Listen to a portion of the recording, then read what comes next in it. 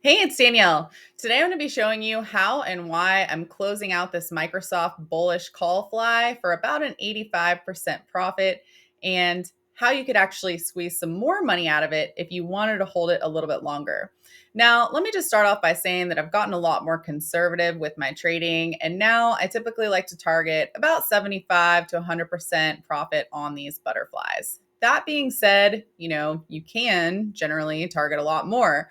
I used to focus on targeting 100, 200, 300% winners, and I do still set up the trades so that 300% winner is possible. So let's go ahead and just look at the trade quick. First of all, you can see right here that Microsoft is trading at 415. Now, when I set up this butterfly, I set it up as a 405, 420, 435 butterfly. What this meant was that it was $15 wide. That means that the most I could ever close it for is going to be $15, okay? In order for it to trade at $15, Microsoft would need to be trading right around 420, and it would need to be trading right around 420 the day of expiration, which would be in 3 days. So in this case, if you look at this fly and you say, okay, well, in order to get the fly to $15, what would have to happen? Microsoft would have to trade higher by another couple dollars. Microsoft could not trade lower, right? But it would also not be able to go through that 420 strike price. Okay. That's how you would get that max profit. Now, if you look at the trade when you're about to close it, the number one question you want to ask yourself is, okay, is it possible to get that max profit? Well, yeah, it's possible. And the reason why it's possible is because the expected move in that time frame, those 3 days, is $7.21. So you can look at this and you could say, well, Microsoft's at 415. I mean, could it possibly go to 420 by Friday? Yeah, it definitely could, especially because it's a monthly options expiration series. That strike has a lot of high open interest. So if you look at the 420 strike, you can see that strike in particular has 19,000 contracts of volume, 17,000 open interest. But what I'm going to tell you, and the reason why I'm closing it, and actually I need to close it because the market's about to close here. So I'm just going to right click, create closing order, sell Microsoft Butterfly for 785. You'll see that there's a spread from 763 to 783. I'm going to try to get it at the top end. Okay, boom. And I'm out. So the reason why I wanted to close it is because you will see that there's also quite a bit of open interest at this 415 strike. Okay. And when I'm getting down to those last 3 days, it's really the make or break moment in time. And the problem that can happen with these butterflies is, right now it's going for an 85% winner.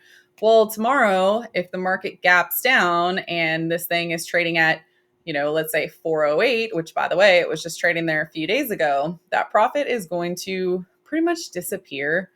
So I really hate to see that happen in the last few days with the butterfly. So at this point, I generally err on the side of caution and I say, you know what? I have my target. I'm going to take it. The other reason why I'm taking it is just because this has been a critical resistance zone with Microsoft. Okay. It's hit 415 3 times in a row now. I was actually in this trade all the way back in here and it was making money. It was doing great. And then Microsoft got slammed. Microsoft was down 4%. I made a video last week when I was managing this butterfly and also when I was taking profits on an IBM butterfly, if you want to check that out. And then I had to sit and wait through this downdraft. It wasn't really down that much. I think it was down maybe $150 or so, because butterflies do hold up really well on pullbacks. But you also need to still have time on the trade. When butterflies are not going to do well is at the very last moment when you have those last 3 days. And if you see a move like this in your last 3 days, I mean, the trade is just hosed and you can lose that whole debit. So you might look at it and say, well, why would you close it for, 7 something when you might be able to close it for 15 if it hits 420? And, that would be sad for sure. The best thing that I probably should have done is I should have had multiple contracts. That way I could have scaled at this level. Okay, ding, ding, market's closed. So in a perfect world, what you would do is you would notice this resistance zone. You would notice that high open interest value, and you would scale out. Okay. You take one contract or, a portion of your contracts off at 415. And then if you do get that breakout into 420, you have a couple more on that you can then take at the return to the previous high. Now, I will tell you that Microsoft closed incredibly strong today. We're up 2.66%.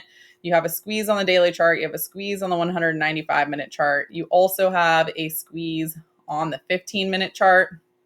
So I think there's a pretty good shot that Microsoft will trade up into 420.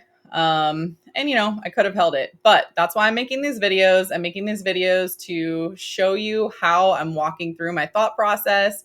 You have to take into account, there's a resistance and it's an options expiration week. And the last few times it's failed at this level with, okay, this is the money that I have right now and it's hit my target and I want to take it. So that's my management of this Microsoft butterfly.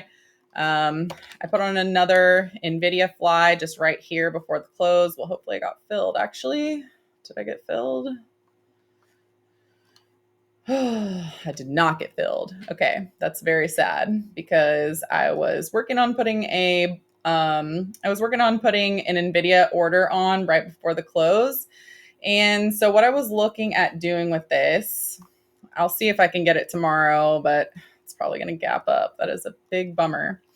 Okay, so with NVIDIA, you can see that it kind of hooked down here to the 8 EMA. We had this major shift. We had buyers coming in right at the bottom of this wick. You can see that you have some price targets here at 950, 975, and then 1,000. The best part about NVIDIA right here, though, was this high volume move at the end of the day. And that's why I was looking at this and I was like, I've got to get in this. I know this is a crazy ticker, but I got to get it. And so what I was looking at doing with this was putting a butterfly with a target at 950. So when I was working my order just 10 minutes ago, I was trying to get a 920, 950. Let's see what it was. It's already gone up so much because it really just rallied there at the end of the day. Let's see, buy butterfly. So we do 920, 950, 980. When I was working that order, you can see that I was working it for 368. It already went up $1. It's a bummer. So anyways, I don't know what it's going to be trading at tomorrow, so I can't tell you an exact price, but this is essentially what I was looking at in NVIDIA. I wanted a $30 wide butterfly. I wanted to get it for $4. You can see that the entry on it now is, $463 a contract. The max profit is $2,537. Now, people tell me this all the time, like, oh, it's crazy, the risk to reward. Yes, the risk to reward is crazy. That's why I do these all the time because, even if you're targeting 75% of your debit, say $463, you're trying to get 75% of that back. That's a great return, especially just in a few days. But if you can do a couple different contracts, or if you can hold on to it later, or if you can scale out and you want to try to reach for the max profit, especially if the ticker is continuing to go, you have that possibility. And so that's why I love butterflies. I'll look at this tomorrow and see if this is something that I can do. It'll just depend on what it costs. Another way you could do it is you can make it a little bit smaller. You could do like 930, 950, 970. That one's going to be less than $200 a contract. So the way that I generally do these is when I can see a stock is about to move, I generally place the first strike just right out of the money, because then what happens is the price of the stock will go through that long strike, and then that's when that strike will really start making money. So if you can just place it just outside of the money, that option is going to be a lot cheaper than an in the money option.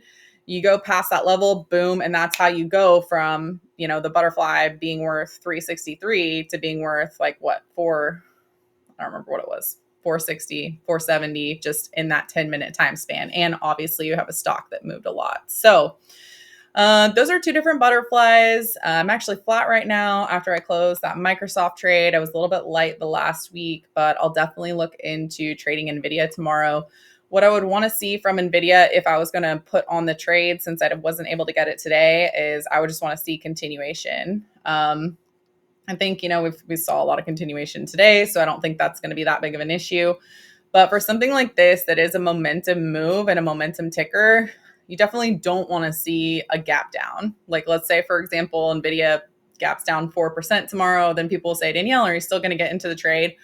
Well, no, because what I'm trying to do is I'm trying to trade volume and I'm trying to trade momentum. And so I'm trying to trade that continuation higher. And so if that momentum breaks and that volume shifts to the downside, then no, I'm not going to get into it because, why would I, right? I would see if I could set up a bearish trade or just look for a different opportunity. Anyways, that's all I have for you guys today. Let me know if you have any requests. I love all your comments down below. So let me know what was helpful, not helpful, what you want to see more of, and I'll see you in the next video. Thank you. Bye.